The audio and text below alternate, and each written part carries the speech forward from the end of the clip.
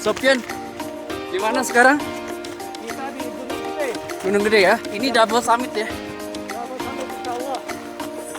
Pertama kita ke Pangrango dulu, baru ke Gede.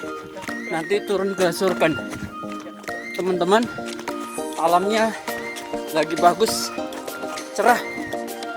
Dan ini saya pikir jadi perjalanan yang menyenangkan.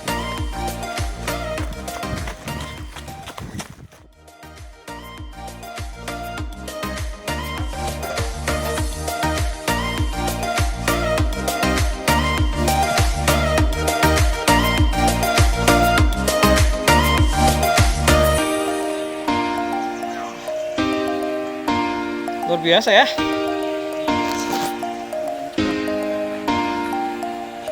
Puncak Pangrango ya Pak Gon. Ya, mau ke Kita ke Nang Badak dulu. Ke Nang Badak kita akan ke Gunung Gede. Ya teman-teman, ini memang luar biasa. Kita harus melewati seperti ini. wow. Ya.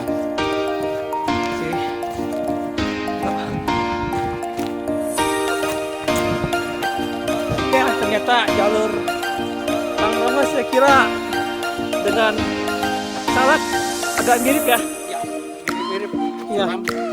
Tapi Sama keramaiannya. tuh, Pangrango jauh lebih banyak pendaki.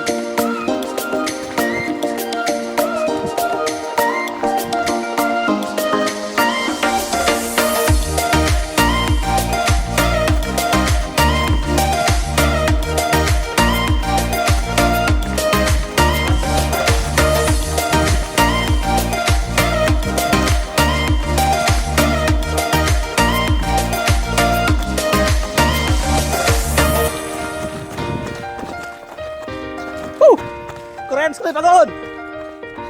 Woi, mantap. Konsentrasi. Oke Pak Gon. Yuk, Kita sampai juga akhirnya di Puncak Gede. puncak Gunung Gede. Setelah kita melewati Gunung Pangrango, Yang berada juga kita nge-vlog ke atas. pas nyampe puncak pas hujan ya. Yuk,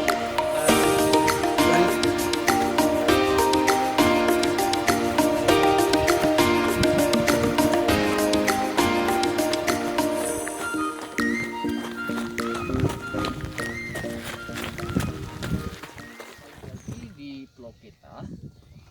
Setelah tadi kita rehat sejenak, kita sambung lagi. Sekarang kita udah ada sahabat kita, Sofyan Suri.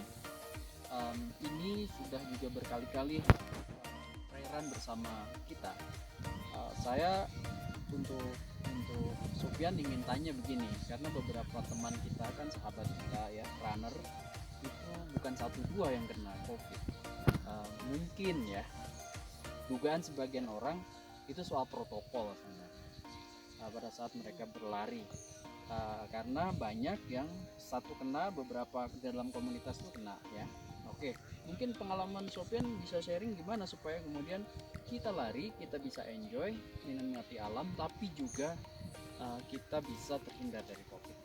Oke baik, baik teman-teman semua, ini buat dokter juga ya, mungkin saya tetap menambahkan dokter juga. Kalau saya pribadi, kalau lihat track dari hasil swab test saya berapa kali ya, teman-teman sekalian, saya 5 kali swab test, alhamdulillah negatif semua.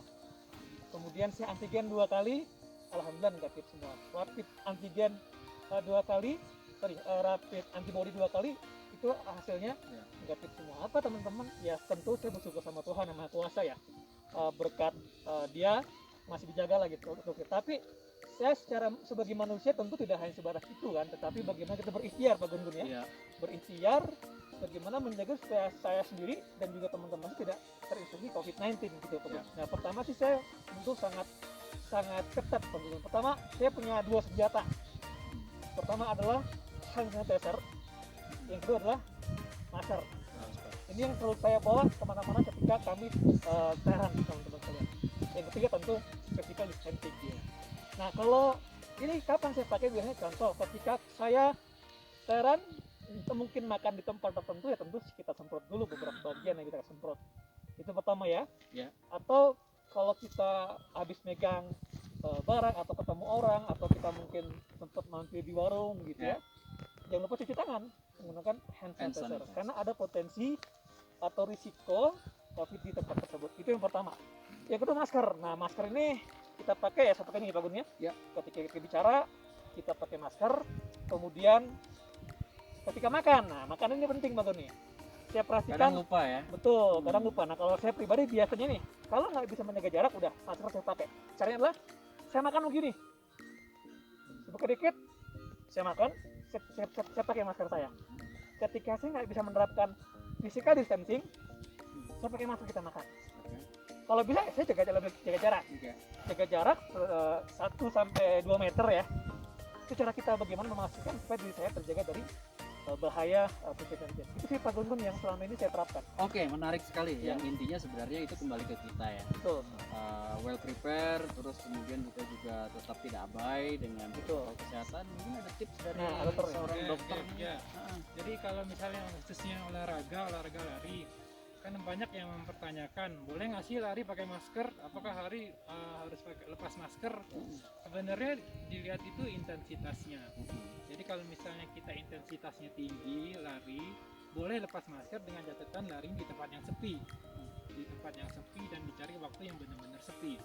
Tapi kalau misalnya nggak memungkinkan itu, tempatnya sepi atau waktunya yang sepi, kita harus tetap pakai masker tapi intensitasnya diturunin. Jadi kalau misalnya lari dengan intensitas turun, kita masih boleh pakai masker, nggak apa-apa. Terus kalau sebenarnya banyak pelari-pelari yang terkena COVID itu bukan pada saat dia berlari, tapi pada saat setelah berlari. Setelah berlari biasanya berkumpul-kumpul, ngobrol-ngobrol, makan bareng, itu yang beresiko. Buka masker kan ya? Ya, buka masker.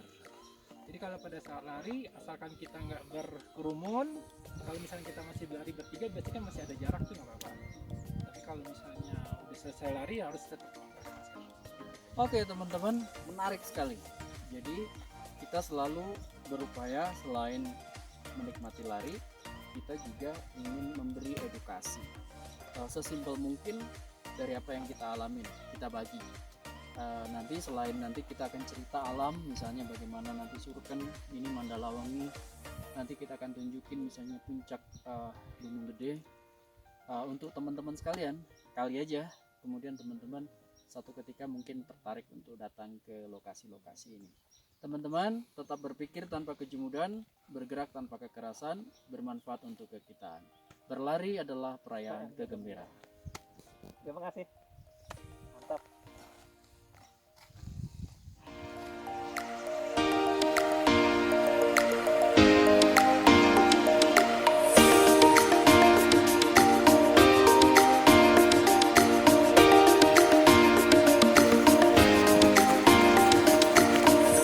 Mantap sekali Sofyan, kencang.